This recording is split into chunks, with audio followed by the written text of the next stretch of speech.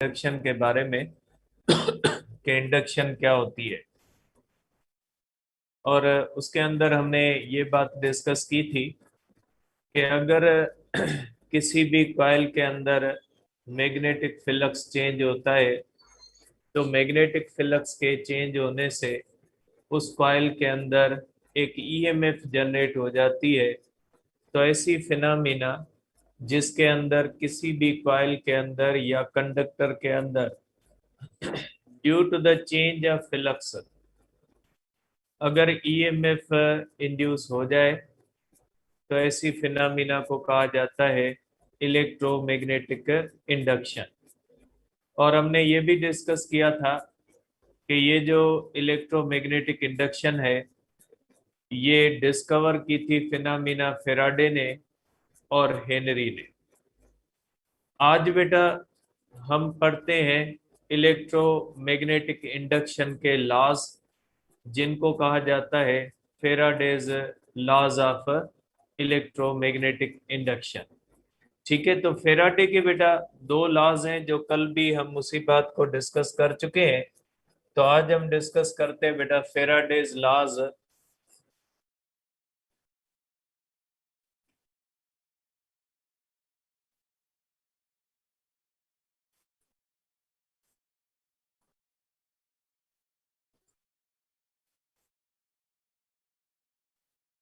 इनको Faraday's laws कहा जाता है क्योंकि ये फेराडे ने दिए थे।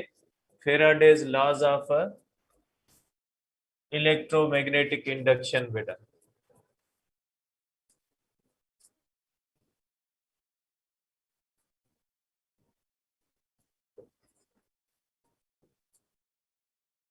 देखिए बेटा कल हमने डिस्कस किया था कि जब तक फ्लक्स चेंज होता है, और कल हमने उसको विजुअलाइज भी किया था एनिमेशन के अंदर, और उसमें हमने ये देखा था कि जब तक किसी भी कॉइल के अंदर फ्लक्स चेंज होता है तो उसके अंदर ईएमएफ इंड्यूस होती है।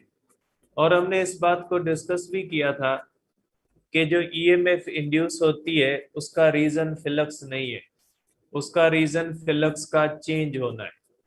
अगर किसी भी कॉइल के अंदर फ्लक्स चेंज होता है तो उसके अंदर ईएमएफ जनरेट होगी। अगर किसी भी कॉइल के अंदर फ्लक्स चेंज नहीं होता तो उसके अंदर ईएमएफ इंड्यूस नहीं होगी। ईएमएफ की इंडक्शन का जो रीजन होता है, वो रीजन जो होता है वो होता है फ्लक्स का चेंज होना। अगर किसी भी कॉइल के अंदर फ्लक्स है तो ईएमएफ इंड्यूस तो जरूरी नहीं है, क्योंकि फ्लक्स कांस्टेंट भी हो सकता है। कांस्टेंट फ्लक्स जो होता है वो ईएमएफ इंड्यूस नहीं करता। चेंजिंग फ्लक्स जो होता है वो ईएमएफ इंड्यूस करता है। और हमने रीजन भी डिस्कस किया था कि जब फ्लक्स कांस्टेंट होता है तो उस वक्त हमारी तरफ से कुछ भी इनपुट नहीं होता। जब हमारी तरफ से इनपुट नहीं होता तो आउटपुट में हमें एनर्जी नहीं मिल सकती। लेकिन जब हम फ्लक्स को चेंज करते हैं तो फ्लक्स को चेंज करने से ये होता है कि हमें एनर्जी देनी पड़ती है। और फ्लक्स को चेंज करने के लिए जो हम एनर्जी देते हैं वो हमारी एनर्जी किस में कन्वर्ट हो जाती है? थ्रो मैग्नेटिक फील्ड, वो इलेक्ट्रिकल एनर्जी में कन्वर्ट हो जाती है। तो बेटा यही लेंजेस लॉ का जो है वो फर्स्ट पास्ट्यूलेट है। लेंजेस लॉ के दो पास्ट्यूलेट्स हैं, या आप कह सकते हैं लेंजेस लॉ के दो पार्ट्स हैं।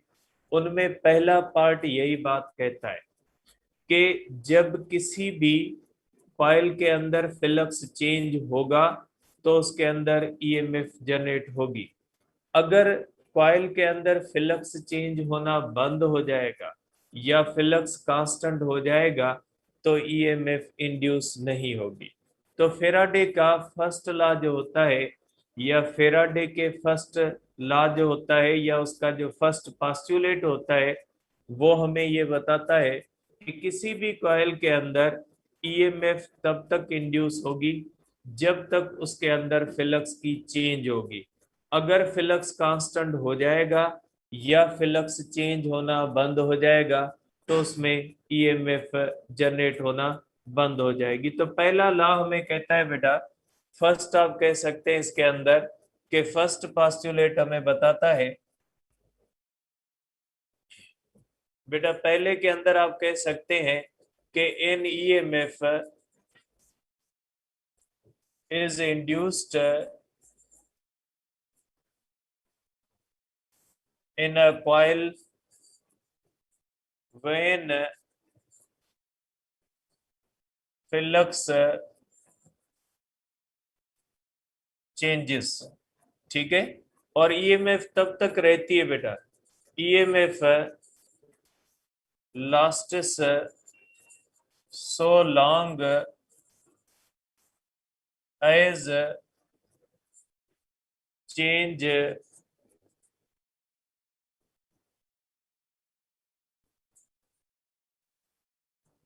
flux occurs, ठीक है। अब देखिए इसके तीन पार्ट्स हैं। पहला पार्ट क्या कहता है कि ईएमएफ तब जनरेट होगी, तब इंड्यूस होगी जब फ्लक्स चेंज होगा। दूसरा पार्ट कहता है कि ईएमएफ तब तक होती रहेगी जब तक ये फ्लक्स चेंज होता रहेगा। और इसका तीसरा पार्ट है बेटा, आप इसके लॉ के तीन पार्ट कह सकते हैं। फर्स्ट पार्ट है, सेकंड पार्ट है और थर्ड पार्ट है बेटा। थर्ड पार्ट क्या कहता है, ठीक है, थर्ड पार्ट बेटा हमें ये बात बताता है, थर्ड पार्ट हमें बताता है कि EMF becomes zero as soon as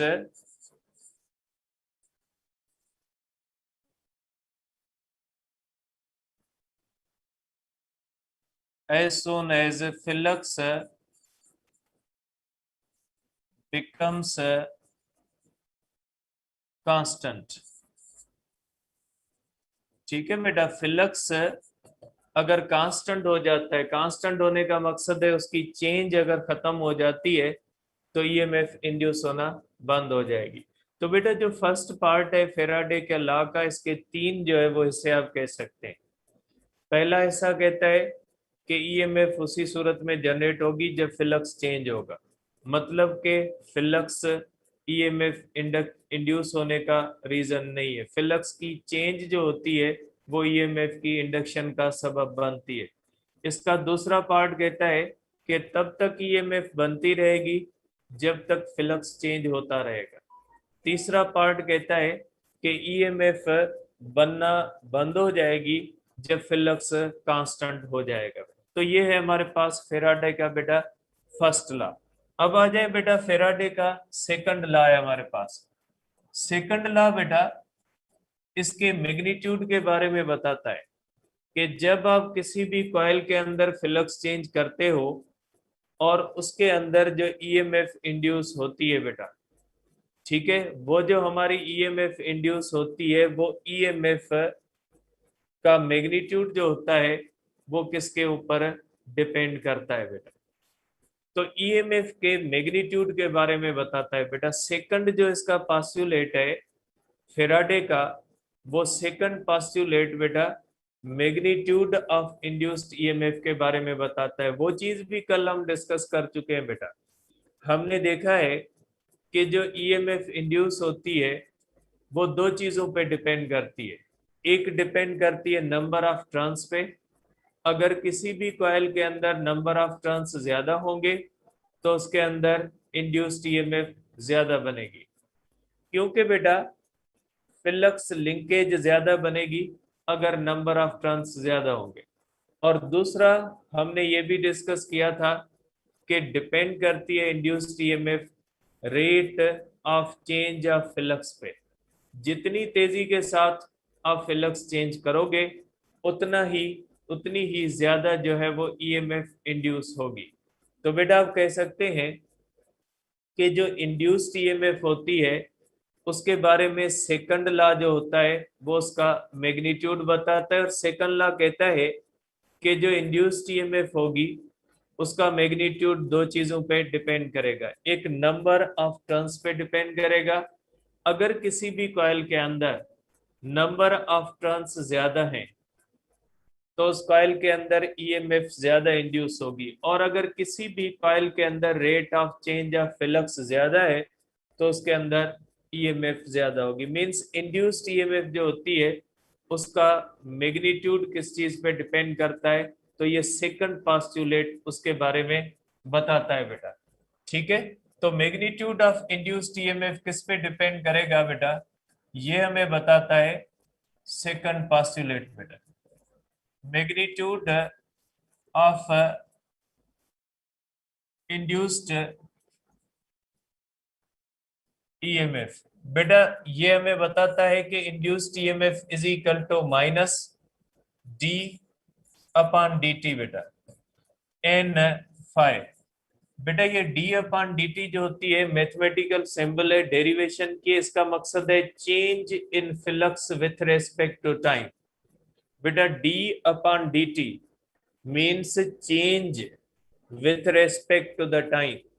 ये जो सिंबल होती है ये कैलकुलस की सिंबल है डी अपॉन डी टी। ये हमें किसी भी चीज की चेंज जब करनी होती है ना तो ये सिंबल लगाते हैं, और ये सिंबल कहती है कि d upon D T means change with respect to the time.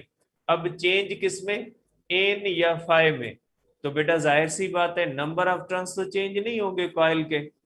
जो हमने कॉइल ली हुई है उसके तो नंबर ऑफ टर्न्स कांस्टेंट ही रहेंगे। अगर मेरे पास एक 5 टर्न वाली कॉइल है, मैं उसके ऊपर एक्सपेरिमेंट कर रहा हूं, तो ड्यूरिंग एक्सपेरिमेंट उसके टर्न तो मैं चेंज नहीं कर सकता। जाहिर सी बात है कॉइल मैन्युफैक्चर्ड होती है, मैं जैसी बाजार से ले आऊंगा जितने टर्न वाली ले आऊंगा वही मुझे मिलेगी। तो बेटा नंबर ऑफ टर्न्स कांस्टेंट होते हैं, तो ये चेंज नंबर ऑफ टर्न्स के अंदर नहीं होगी, कांस्टेंट के अंदर चेंज नहीं होती। बेटा फाइव फाइव होता है उसके अंदर चेंज नहीं होती। D upon D T five करेंगे तो जीरो आता है बेटा, जीरो इसलिए आता है कि फाइव की चेंज जीरो होती है। डी अपॉन डी टी अगर किसी भी नेचुरल नंबर की करेंगे तो वो जीरो आती है। जीरो क्यों आती है, क्योंकि बेटा नंबर की वैल्यू चेंज नहीं होती, फाइव फाइव होता है उसके अंदर चेंज कभी नहीं आती। तो बेटा यहाँ पे ये जो चेंज की सिंबल है किसके साथ रिलेटेड है, फ्लक्स के साथ है। बेटा कॉइल के अंदर फ्लक्स आप चेंज कर सकते हैं, जैसे हमने कल देखा ना बेटा, कॉइल को अगर क्लोज ले आते हैं तो फ्लक्स बढ़ता है, कॉइल को अगर दूर ले जाते हैं तो फ्लक्स कम होता है बेटा। तो ये जो डी अपॉन डी टी होती है ये चेंज को जाहिर करती है। ये किसकी चेंज होती है बेटा, फ्लक्स की, क्योंकि इसमें वेरिएबल टर्म जो होता है वो फाइव होता है बेटा। एन जो है इसके अंदर कांस्टेंट टर्म होता है, कांस्टेंट के अंदर चेंज नहीं आती बेटा। अब आप इसको इस तरह भी लिख सकते हैं बेटा, minus N delta phi upon delta t बेटा। तो ये लॉ कहता है कि जो ईएमएफ इंड्यूस होती है, अगर इस तरह से हम कोई कॉइल बनाए बेटा, ये कॉइल है तो इसमें नंबर ऑफ टर्न्स आपको पता है बेटा, ये गैल्वानोमीटर है, ये नंबर ऑफ टर्न्स बेटा इसके अंदर कांस्टेंट रहेंगे।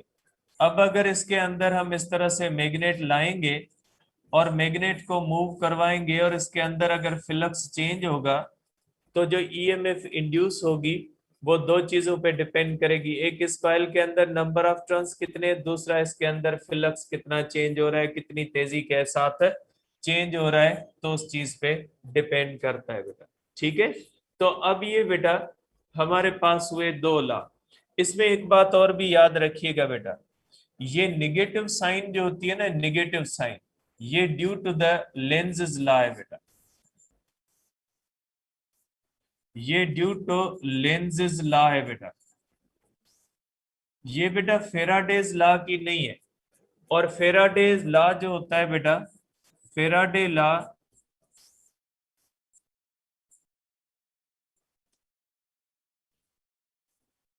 बेटा, Faraday's law only determines magnitude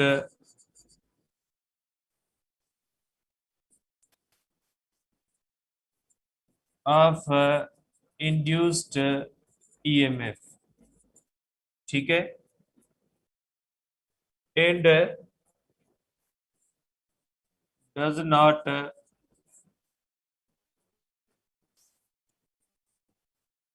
gives information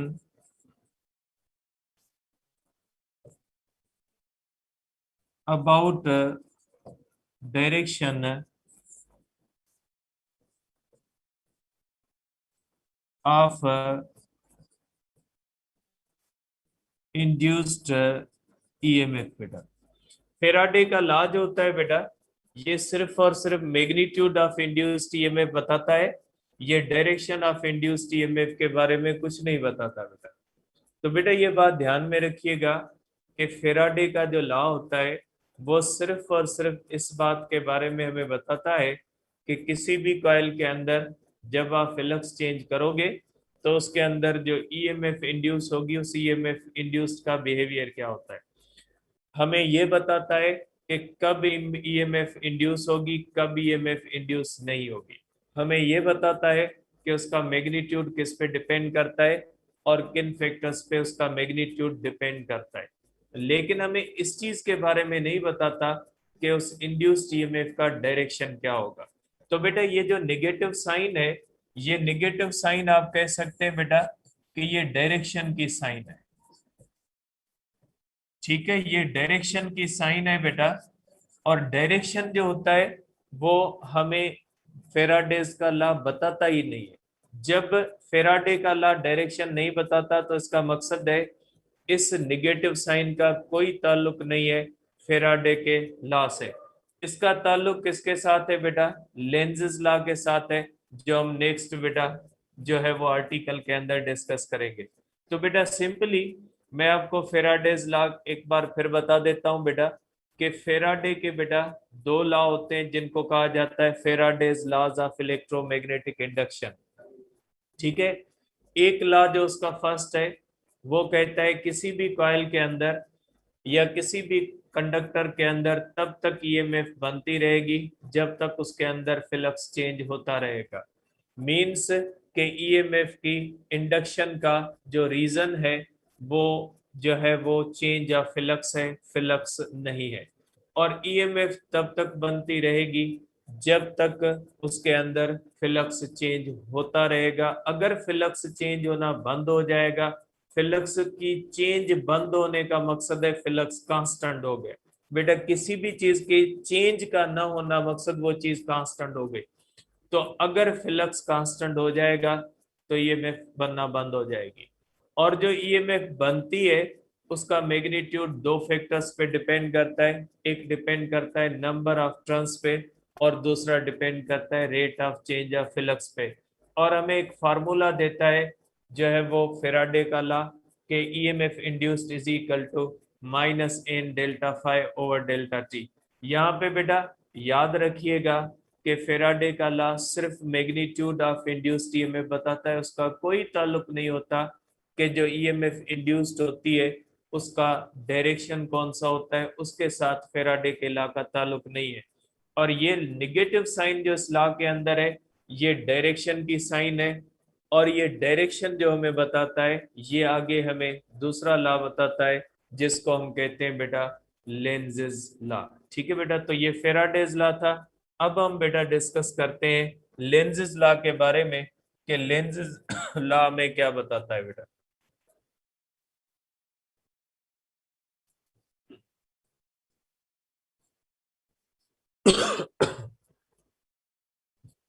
तो बेटा फेराडे के लॉ के अंदर हमने ये पढ़ा कि ईएमएफ इंड्यूस होती है। अब लेंजेस लॉ के अंदर हम उस इंड्यूस्ड ईएमएफ का डायरेक्शन हम करेंगे बेटा। देखिए बेटा एक सिचुएशन को कंसीडर करें। अगर सपोज करें कि अर्थ के ऊपर फ्रिक्शन ना होती और एक गाड़ी को हम यूनिफॉर्म वेलोसिटी से मूव करवा देते, तो क्या हमें उस गाड़ी को कंटिन्यूअसली एनर्जी देने की जरूरत पड़ती या नहीं पड़ती? बेटा कभी नहीं पड़ती, क्योंकि जो रेजिस्टेंस होती है उसी के खिलाफ मूव करवाने के लिए हम एनर्जी देते हैं। अगर रेजिस्टेंस नहीं होगी, किसी भी बॉडी को हमने मूव करवा दिया वो तो मूव करती रहेगी, फिर हमें कोई चीज देने की जरूरत ही नहीं। जब बेटा रेजिस्टेंस होती है तो एनर्जी देनी पड़ती है, अगर रेजिस्टेंस नहीं होती तो एनर्जी नहीं देनी पड़ती। जैसे फॉर एग्जांपल अगर एंट्री टेस्ट ना होती, जो भी डॉक्टर बनना चाहता वो बन जाता, तो फिर कौन पढ़ता बेटा, एडमिशन ले लेते, पास हो जाते और आगे एडमिशन हो जाती, सब डॉक्टर बन जाते। एंट्री टेस्ट है तभी आपको ये जो है वो दिमाग खपाना पड़ रहा है, मेहनत करनी पड़ रही है। तो बेटा इसी तरह अगर कोई भी चीज है, अगर कोई भी जमीन के ऊपर चीज हम मूव करवाते हैं, जब फ्रिक्शन होती है तो उसको एनर्जी देनी पड़ती है, अगर फ्रिक्शन नहीं होती तो उसको एक बार मूव करवाने के बाद जरूरत ही नहीं होती एनर्जी देने की। इसी तरह बेटा हमने ये पढ़ा है कि जब हम फ्लक्स चेंज करते हैं तो हम एनर्जी देते हैं, और वही एनर्जी किस में चली जाती है, इलेक्ट्रिकल एनर्जी में चली जाती है। इसी बात को लेंजेस ने डिस्कस किया कि जब हम फ्लक्स चेंज करते हैं किसी भी कॉइल के अंदर, तो कॉइल की तरफ से अपोजिशन होनी चाहिए। अगर कॉइल की तरफ से अपोजिशन नहीं होगी तो आपको फ्लक्स चेंज करने के लिए एनर्जी नहीं देनी पड़ेगी। जब एनर्जी नहीं देनी पड़ेगी तो फिर उसके अंदर ईएमएफ कैसे इंड्यूस होगी। तो बेटा ये फेराडे का लॉ जो होता है, ये law of conservation of energy के मुताबिक होता है, और इसको कभी कभी कहा जाता है कि ये बिल्कुल similar to the law of conservation of energy है। क्योंकि बेटा फेराडे ने तो ये कहा था कि फ्लक्स चेंज होता है, ईएमएफ इंड्यूस होती है, तो लेंज ने ये कहा था कि अगर अपोजिशन नहीं होगी तो अपोजिशन के सिवा तो आपको एनर्जी नहीं देनी पड़ेगी। तो अगर अपोजिशन होगी तो आप एनर्जी दोगे ना। जैसे अर्थ के ऊपर रेजिस्टेंस है तभी मूव करवाने के लिए आप एनर्जी देते हो ना, अगर रेजिस्टेंस नहीं होती, किसी भी बॉडी को आप एक बार मूव करवा दो वो तो कंटिन्यूअसली मूव करती रहती, फिर तो आपको एनर्जी देने की जरूरत ही नहीं है। तो बेटा इस तरह से लेंज ने कहा कि जब हम किसी भी कॉइल के अंदर फ्लक्स चेंज करते हैं तो उसके अंदर ईएमएफ इंड्यूस होती है, तो उसके अंदर जो एक रेजिस्टेंस, एक अपोजिशन होनी चाहिए, ताकि हम जब किसी भी कॉइल के अंदर फ्लक्स चेंज करें तो उसके लिए अपोजिशन, और अपोजिशन के खिलाफ हम फ्लक्स चेंज करें। तो अपोजिशन के खिलाफ जब हम फ्लक्स चेंज करेंगे तो हमें एनर्जी देनी पड़ेगी, वही एनर्जी किस में जाएगी, वही एनर्जी जाएगी इलेक्ट्रिकल एनर्जी के अंदर।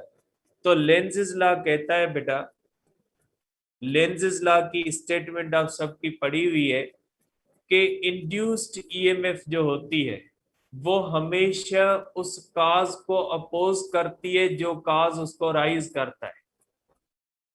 ठीक है, पहले मैं डेफिनेशन लिखता हूं, थोड़ा इसको समझना मुश्किल है, इसको डिस्कस करते हैं बेटा। ठीक है, तो लेंज़ेस लॉ की स्टेटमेंट क्या कहती है बेटा कि induced EMF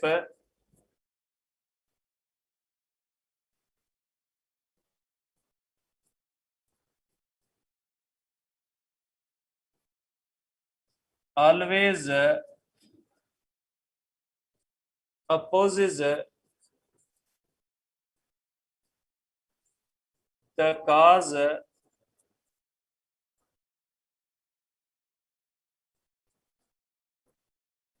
which,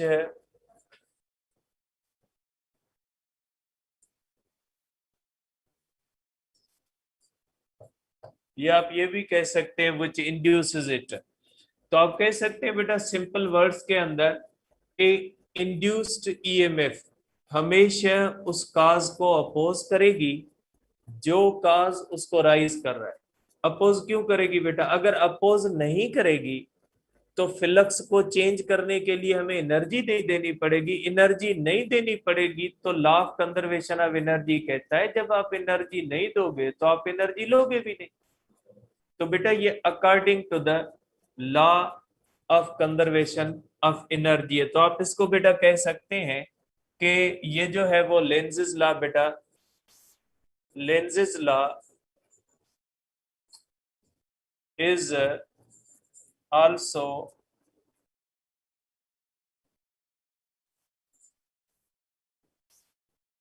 similar to law of conservation of energy. ये बिल्कुल उसी तरह से जिस तरह से law of conservation of energy है। Law of conservation of energy क्या कहता है? एनर्जी दोगे तो एनर्जी लोगे, और एनर्जी देनी तब पड़ती है जब अपोजिशन होती है। अपोजिशन नहीं होगी तो एनर्जी दे क्यों दोगे? तो बेटा अब आ जाए कि इस केस के अंदर इसका मतलब क्या है। सपोज करें बेटा ये कॉइल है, बेटा थोड़ा ध्यान से इसको समझिएगा। ये हमारे पास एक कॉइल है बेटा। अब एक मैं मैग्नेट लाता हूं बेटा, सपोज करें ये एक मैग्नेट है बेटा, ठीक है। ये एक हमारे पास मैग्नेट है, इसका एक नॉर्थ है बेटा, ठीक है। आप इसको बेटा इस तरह से लें, ये हमारे पास बेटा मैग्नेट है, ये इसका नॉर्थ है और ये इसका साउथ है। अब इसकी बनाए बेटा आप मैग्नेटिक फील्ड लाइन। सपोज करें बेटा ये इसकी मैग्नेटिक फील्ड लाइंस है, ठीक है। ये इस तरह से बेटा इसकी मैग्नेटिक फील्ड लाइंस हैं। कुछ इससे पास होती है, कुछ इससे पास नहीं हो रही बेटा। ये बहुत सारी मैंने मैग्नेटिक फील्ड लाइंस बनाई है, कुछ इससे पास हो रही है, कुछ इससे पास नहीं हो रही बेटा। अब बेटा अगर इस मैग्नेट को मैं मूव करवाऊंगा बेटा इस तरह, तो आपको पता है बेटा इसके अंदर फ्लक्स चेंज होगा। बेटा एक बात ये भी याद रखिएगा, फ्लक्स चेंज का मकसद है फ्लक्स फ्लक्स इंक्रीज हो या डिक्रीज, सेम बात है। जिस रेट से फ्लक्स चेंज इंक्रीज हो रहा है, अगर उसी रेट से फ्लक्स डिक्रीज हो रहा है, दोनों कंडीशन में ईएमएफ इक्वल इंड्यूस होगी। यहां पे फ्लक्स की चेंज का मकसद राइज नहीं है या डिक्रीज नहीं है। इंक्रीज या डिक्रीज मींस फ्लक्स चेंज हो, फिर चाहे वो इंक्रीज हो चाहे वो डिक्रीज हो। अब बेटा इसके अंदर क्या हो जाएगी? ईएमएफ इंड्यूस होगी। अब ये बेटा ये जो फ्लक्स इसके अंदर बढ़ रहा है, और इस बढ़ने की वजह से कॉइल के अंदर क्या होगी बेटा? कॉइल के अंदर ईएमएफ इंड्यूस होगी।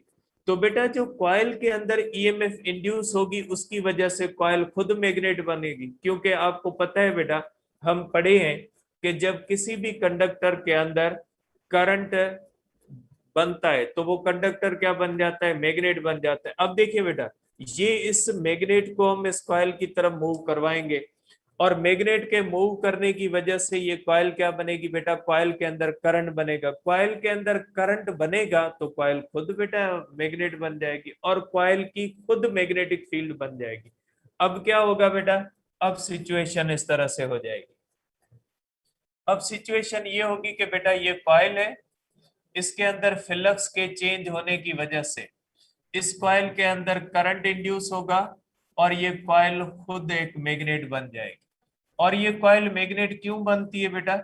इसलिए बनती है कि ये मैग्नेट मूव करता है इसकी तरफ, और मैग्नेट के मूव करने से इसके अंदर करंट बनता है। करंट बनने की वजह से कॉइल खुद मैग्नेट बन जाएगी। अगर कॉइल खुद मैग्नेट बनेगी तो कॉइल की भी मैग्नेटिक फील्ड होगी। तो बेटा लेंज़es लॉ इसी बात को कहता है कि लेंज़es लॉ कहता है कि अगर नॉर्थ इस तरफ मूव करेगा तो ये कॉइल के अंदर जो करंट बनेगा इसकी ईएमएफ का डायरेक्शन इस तरह से बनेगा कि इस कॉइल का ये नॉर्थ बन जाएगा। मींस इसमें लाइनें इस तरह से बनेगी, ठीक है।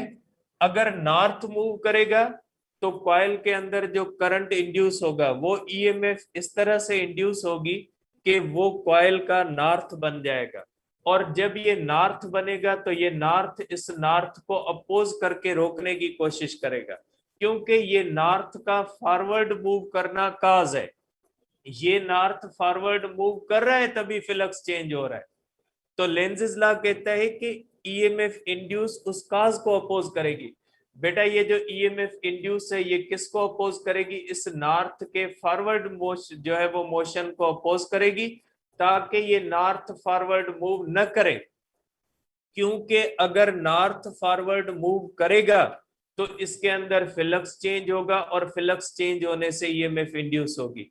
तो बेटा ईएमएफ इंड्यूस हमेशा उस काज को अपोज करेगी, और उसको अपोज किस तरह से करेगी कि अगर नॉर्थ इसकी तरफ मूव करेगा तो कॉइल का ये फेस क्या हो जाएगा? नॉर्थ बन जाएगा, और ये नॉर्थ नॉर्थ को रोकने की कोशिश करेगा, और यहाँ पे एक अपोजिशन आएगी। लेकिन उस अपोजिशन के जब हम खिलाफ जाएंगे तो हम एनर्जी सप्लाई करेंगे, और अगर हम एनर्जी सप्लाई करेंगे तो उससे क्या होगा कि हम एनर्जी जो देंगे वो हमारी एनर्जी किस में कन्वर्ट हो जाएगी, वो इलेक्ट्रिकल एनर्जी के अंदर कन्वर्ट हो जाएगी।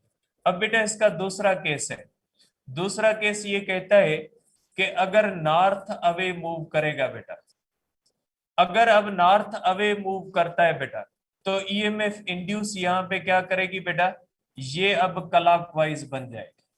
क्योंकि बेटा पहले ये फॉरवर्ड मूव कर रहा था तो फॉरवर्ड मोशन को रोकना था। फॉरवर्ड मोशन को रोकने के लिए जरूरी है, नॉर्थ को रोकने के लिए जरूरी है कि यहाँ पे नॉर्थ हो, इसलिए यहाँ पे करंट क्या बना बेटा, एंटी क्लॉकवाइज। अब नॉर्थ अवे मूव कर रहा है बेटा, नॉर्थ अवे मूव करेगा तो फ्लक्स डिक्रीज होगा। अब फ्लक्स की डिक्रीज को रोकना है। डिक्रीज को रोकने का तरीका ये होता है कि बेटा ये कॉइल का अब ये करंट जो होगा ये एंटी सॉरी क्लॉकवाइज बन जाएगा और ये क्या बन जाएगा, साउथ बन जाएगा। ये साउथ क्या करेगा, इस नॉर्थ को अट्रैक्ट करके रोकने की कोशिश करेगा, क्योंकि बेटा नॉर्थ की फॉरवर्ड मोशन फ्लक्स को इंक्रीज करेगी और नॉर्थ की अवे मोशन फ्लक्स को क्या करेगी, डिक्रीज करेगी। और कॉइल का जो इंड्यूस्ड ईएमएफ होगी, लेंज़ लॉ कहता है इंड्यूस्ड ईएमएफ का हमेशा ये तरीका रहेगा कि वो उस काज को अपोज करेगी जो काज उसको राइज कर रहा है। तो बेटा काज क्या है, फॉरवर्ड मोशन है, तो फॉरवर्ड मोशन को रोकने के लिए जरूरी है कि ये नॉर्थ बने, और ये बैकवर्ड मोशन है तो बैकवर्ड मोशन को रोकने के लिए जरूरी है कि ये साउथ बने और उसको अट्रैक्ट करके रोके बेटा। अब आ जाए साउथ का केस करते हैं बेटा। अगर साउथ इस तरह से आएगा, सपोज करें कि अगर हम अब साउथ पोल लेते हैं बेटा, साउथ है नॉर्थ है। अब अगर ये बेटा साउथ इस तरफ मूव करेगा, साउथ इस तरफ मूव अगर करेगा बेटा, तो यहाँ पे इंड्यूस्ड ईएमएफ बेटा ये टुवर्ड्स मोशन है, इसकी फॉरवर्ड मोशन को रोकना है। तो यहाँ पे बेटा जो इंड्यूस्ड ईएमएफ होगी इसका डायरेक्शन ये होगा बेटा कि ये साउथ बनेगा, और साउथ बन के साउथ को क्या करेगा, अपोज करेगा। अगर साउथ बेटा अवे जाएगा तो सेम रूल कि अगर इस तरह से बेटा साउथ अवे जाएगा तो अब ये क्या बन जाएगा बेटा, नॉर्थ बन जाएगा, और इंड्यूस्ड ईएमएफ का डायरेक्शन इस तरह से बनेगा बेटा कि ये नॉर्थ बन जाएगा, और नॉर्थ इस साउथ को क्या करेगा, अट्रैक्ट करके रोकने की कोशिश करेगा। तो बेटा यही बात लेंज़ेस लॉ कहता है। लेंज़ेस लॉ कहता है कि वो जो इंड्यूस्ड ईएमएफ होती है, जाहिर सी बात है बेटा कॉइल के अंदर इंड्यूस्ड ईएमएफ होगी, कॉइल मैग्नेट बनेगी, तो इंड्यूस्ड ईएमएफ इस तरह से बनेगी कि वो हमेशा उस काज को अपोज करेगी जो काज उसको राइज करेगा। ठीक है। अगर नॉर्थ पोल को आप कॉइल की तरफ ले जाओगे तो कॉइल का ये फेस भी नॉर्थ बन जाएगा, इंड्यूस्ड ईएमएफ इस तरह से बनेगी कि ये इसको नॉर्थ बनाएगी और नॉर्थ नॉर्थ को रिपेल करके रोकने की कोशिश करेगा, लेकिन हम उसको एनर्जी देंगे अगेंस्ट, और इसी वजह से वो एनर्जी एनर्जी में जाती है। अगर नॉर्थ अवे जाएगा बेटा, तो नॉर्थ अगर अवे जाएगा तो इस तरह से बेटा ये साउथ बन के रोकेगी। अब देखिए बेटा मैं इसको आपको दिखाता हूं एक, कि उसके अंदर आप इसको इजीली देख सकते हैं कि ये किस तरह से बनता है। ठीक है बेटा, इसके अंदर बेटा आप इसको देख सकते हैं, बिल्कुल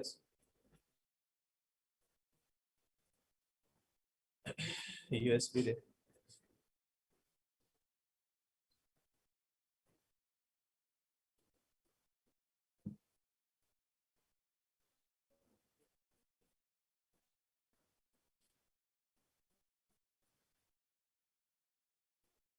बेटा इसके अंदर ये एक चीज आप देखें, इसके अंदर बेटा, ठीक है। अब देखिए बेटा, ये देखें, ये बेटा नॉर्थ है और ये मैग्नेटिक फील्ड लाइंस है, ये देखें बेटा कॉइल है। ठीक है। अब ये नॉर्थ किस तरफ मूव करता है बेटा, टूवर्ड्स कॉइल मूव करता है। अब देखिए बेटा इसको, देखिए ये इस तरह से स्लोली स्लोली ये मैग्नेट किस तरफ मूव कर रहा है, टूवर्ड्स बेटा कॉइल मूव कर रहा है। तो देखिए अब कॉइल के अंदर देखिए ये नॉर्थ मूव करेगा ना, तो कॉइल के अंदर करंट जो बनेगा वो एंटी क्लॉकवाइज बनेगा। देखिए ये कॉइल के अंदर करंट क्या बन रहा है बेटा, एंटी क्लॉकवाइज, और ये कॉइल का फेस क्या, नॉर्थ। अब ये बेटा देखें, यहाँ पे आप देखें बेटा इसको, ये देखिए ये इसकी मैग्नेटिक फील्ड बनी है। ये किसकी मैग्नेटिक फील्ड बनी है बेटा, ये मैग्नेटिक फील्ड बनी है कॉइल की। अब ये नॉर्थ है, और ये कॉइल का भी ये क्या बन गया बेटा, according to the Lenz's law ये क्या बन गया बेटा, नॉर्थ। अब देखिएगा बेटा ये लाइनें एक दूसरे को इस तरह से रोकती है, फिंगर की तरह। मैंने आपको कहा था ना बेटा लाइनें इंटरसेक्ट नहीं करती, लाइनें देखें इंटरसेक्ट नहीं करती, ये एक दूसरे को रोकने की कोशिश कर रही है। जब नॉर्थ टुवर्ड्स मूव करेगा तो ये नॉर्थ बनेगा, और इसकी मैग्नेटिक फील्ड लाइंस जो होती है बेटा इसको रोकती है। देखें ये कैसे रोकती है बेटा, ये इस तरह से बेटा। देखें ये फॉरवर्ड जो मोशन होती है, इस फॉरवर्ड मोशन को ये इस तरह से लाइनें जो है बेटा रोकेंगी, अगर ये नॉर्थ इसकी तरफ जो है वो मूव करेगा बेटा। अब देखिए बेटा ये अगर नॉर्थ अवे मूव कर रहा है, ठीक है बेटा, ये देखें नॉर्थ अगर अवे मूव करता है तो ये बेटा देखिएगा यहाँ पे करंट क्या बनेगा, क्लॉकवाइज, और ये साउथ बन के अब इसको दूर जाने से रोकेगा बेटा। ठीक है, ये आप इसको बेटा इस तरह से देख सकते हैं कि ये जब अवे जाता है तो इसमें करंट क्या बन रहा है बेटा, क्लॉकवाइज बन रहा है। और क्लॉकवाइज बन रहा है तो बेटा ये देखें ये लाइन ने इसको क्या कर रही है, इस तरह से अट्रैक्ट करके रोकने की कोशिश कर रही है बेटा। देखिए यहाँ पे ये लाइन है, इसको देखें ये लाइन एक दूसरे को इस तरह से बेटा इस तरह से रोकने की कोशिश कर रही है कि इसकी बैकवर्ड मोशन ना हो, क्योंकि अगर ये बैकवर्ड मोशन होगी बेटा तो फ्लक्स चेंज होगा। तो लेंजेस लॉ यही बात कहता है कि जब फ्लक्स इंक्रीज होगा तो इंक्रीज को रोकने की कोशिश की जाएगी, जब फ्लक्स डिक्रीज होगा तो डिक्रीज की को जो है वो रोकने की कोशिश की जाएगी। तो इसी अपोजिशन की वजह से लेंजेस लॉ के अंदर निगेटिव साइन है बेटा। आप इसको देख सकते हैं कि ये जो अपोजिट इस तरह से मोशन होती है बेटा, इस तरह से इसमें करंट क्या बनता है, क्लॉकवाइज बनता है, साउथ बनता है, और ये इसकी मोशन को रोकने की बेटा कोशिश करता है। ठीक है,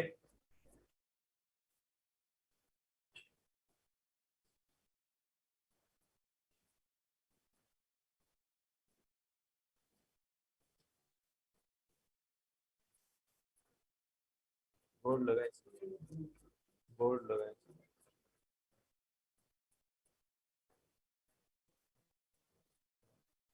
तो देखिए बेटा वही चीज यहाँ पे कि ये नॉर्थ जब जाएगा तो यहाँ पे करंट क्या बनेगा बेटा, करंट आप कह सकते हैं आई एंटी क्लॉकवाइज होगा बेटा। ठीक है, और यहाँ पे जो आई होगा बेटा, आई क्लॉकवाइज होगा बेटा। और यहाँ पे आई क्या हो जाएगा बेटा, यहाँ पे ये जो होगा आई बेटा, ये साउथ इस तरफ जाएगा, आई बेटा यहाँ पे जो होगा ये क्लॉकवाइज होगा बेटा। और अब जब अवे जाएगा तो यहाँ पे करंट जो होगा बेटा क्या हो जाएगा, एंटी क्लॉकवाइज हो जाएगा। ठीक है बेटा, तो ये लेंजेस लॉ है, और ये स्ट्रेट कंडक्टर के अंदर भी होता है बेटा। अगर हम स्ट्रेट कंडक्टर का केस लें इस तरह से बेटा, अगर स्ट्रेट कंडक्टर का केस लें और स्ट्रेट कंडक्टर को भी अगर हम मूव करवाते हैं बेटा इस तरह से, अगर हमारे पास स्ट्रेट कंडक्टर होगा बेटा इस तरह से, इसको अगर टुवर्ड्स राइट मूव करवाएंगे बेटा, अगर हम फोर्स अप्लाई करेंगे राइट, ठीक है बेटा, तो इस तरह से बेटा ये लाइनों को कट करेगा, लाइनों को कट करने से इसमें ईएमएफ होगी।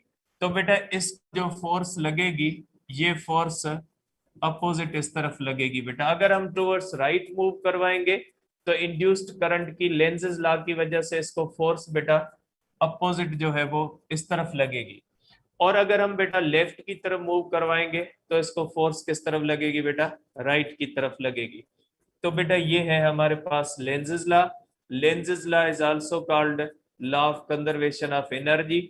और ये लेंजेस लॉ कहता है कि जब आप किसी भी कॉइल के अंदर फ्लक्स चेंज करवाओगे तो फ्लक्स की चेंज को हमेशा पोजीशन आएगी। इसको सिंबल में बेटा इस तरह से लिखा जाता है, इस तरह से कि बेटा अगर हम इस तरह से करते हैं, इसको सिंबल में बेटा इस तरह से लिखा जाता है कि अगर कोई भी कॉइल है बेटा इस तरह से, ठीक है, अगर हम नॉर्थ इस तरह से ले जाएंगे बेटा, अगर नॉर्थ इस तरफ ले जाएंगे बेटा तो इसके अंदर ये बेटा इस तरह से होता है, इस तरह से बेटा सिंबल बनाते हैं नॉर्थ की, कि इसमें जो करंट होगा बेटा ये इस तरह से एंटी क्लॉकवाइज करंट बनेगा बेटा।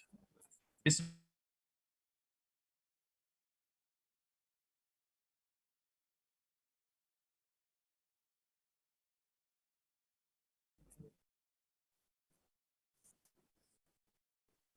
इस तरह से अगर बेटा हम बनाए, और अगर हम उसके अंदर इस तरह से मैग्नेट ले जाएं बेटा, ठीक है, अगर साउथ ले जाएंगे इस तरह से, तो बेटा यहाँ पे एस बनेगा इस तरह से, ठीक है।